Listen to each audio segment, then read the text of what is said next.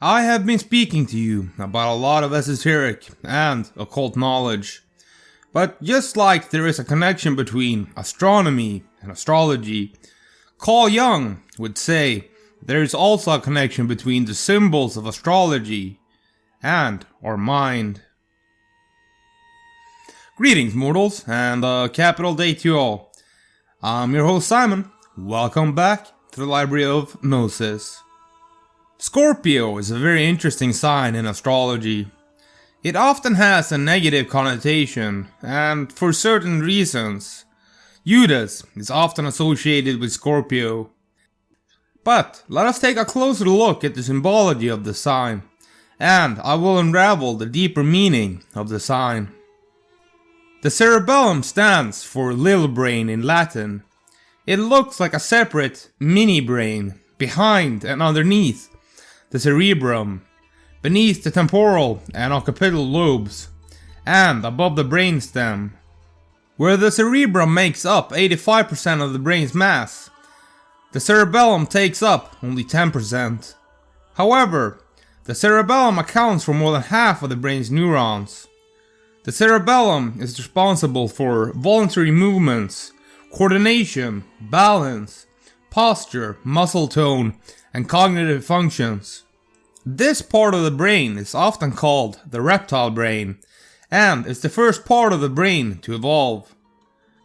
The planet and god associated with this aspect is Saturn, the god of balance, matter, and structure. The sign of Scorpio actually has 3 different aspects, represented by animal forms. The lowest or base animal of Scorpio is just that, a scorpion.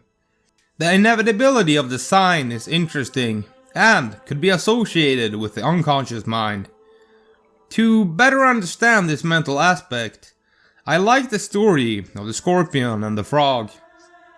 Quote, "A scorpion wants to cross a river but cannot swim, so it asks a frog to carry it across. The frog hesitates, afraid that the scorpion might sting it, but the scorpion promises not to, pointing out that it would drown if it killed the frog in the middle of the river. The frog considers this argument sensible and agrees to transport the scorpion. Midway across the river, the scorpion stings the frog anyway, dooming them both. The dying frog asks the scorpion why it stung, despite knowing the consequences. To which the scorpion replies, 'I'm sorry, but I couldn't resist the urge. It's in my nature.' The second animal used to represent the neutral aspect of the sign is the serpent, and this corresponds to the corpus callosum inside the brain. The cerebrum's inner core houses the brain's white matter. The major part of the inner core is known as the corpus callosum. The corpus callosum is a thick tract of fibrous nerves that serve as a kind of switchboard, enabling the brain's hemispheres to communicate with one another.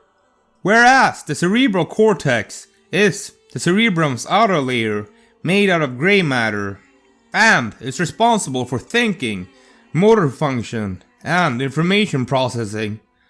The corpus callosum is the cerebrum's inner core, made up of white matter, with 4 parts of nerve tracts connecting to different parts of the hemispheres.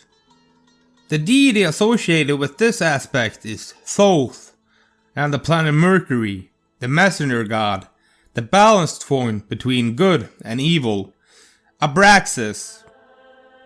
This aspect could be associated with the subconscious mind. The final animal form of Scorpio is one that has been worshipped since ancient times, and for a long time was worshipped as the king of the gods, the eagle. Zeus, Jupiter, and Enlil are a few of the names used for this aspect. It is the consciousness of the universe personified. The cerebrum is the largest part of the brain, located in the front and middle part of the brain. It accounts for 85% of the brain's weight. Of the 3 main parts of the brain, The cerebrum is considered the most recent to develop in human evolution. The cerebrum is responsible for all voluntary actions, e.g. motor skills, communication, emotions, creativity, intelligence, and personality. Enlil or Zeus is the demiurge, but I would like to apologize to Zeus if I ever called him evil. He is a complex character. Being king of the universe is not easy with so many moving parts and different actors. Like mentioned, Zeus is the conscious will of God, the one who maintains order. This is what the eagle represents, the ascended aspect of the Scorpio. Plato said that the demiurge was created not to make the world as good as possible, but to make it as perfect as possible. It is not possible either to trick or escape the mind of Zeus. Hesiod. Thank you for watching. If you'd like to support my work, you can do that on Patreon or Bitcoin. I hope everyone is enjoying their day, and that the gods have provided them with both signs and bounty. I'll see you next time, mortals.